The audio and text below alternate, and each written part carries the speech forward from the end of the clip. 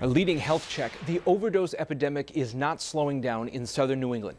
NBC 10's Barbara Moore-Silva has the latest figures just released this afternoon. Barbara, what can you tell us? Well, Brian, so far this year, there have been 76 overdose deaths in Rhode Island. Again, I just got those numbers this afternoon. That's compared to 238 all of last year.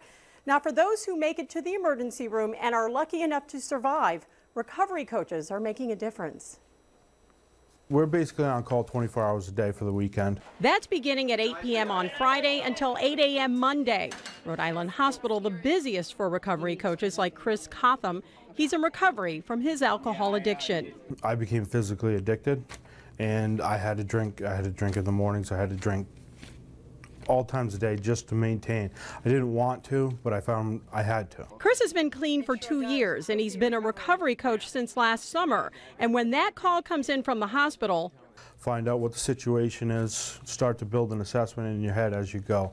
Get to the hospital, meet with the person. Coming into the ED, they can no longer hide from it because their mother comes in with them, their brother comes in with them, and then I step in and I say, this is the problem. You know, I don't pull any punches. I don't sugarcoat anything. Michael Mastro-Stefano did not meet Chris in a hospital setting. He met him here at the Anchor Recovery Center in Pawtucket. Michael started drinking and smoking pot at 8. And then on my 12th birthday I remember, that was the day I started smoking crack. Michael has been imprisoned more than once for armed robbery and burglary, all addiction related.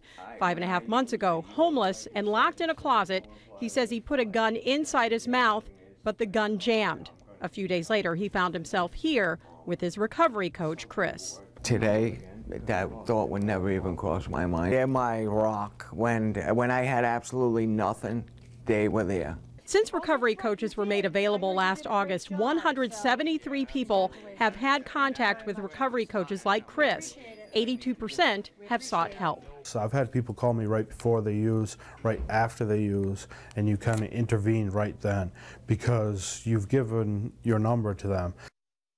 And the good news is they use that number, calling Chris sometimes before so we can talk them out of it or right after they use.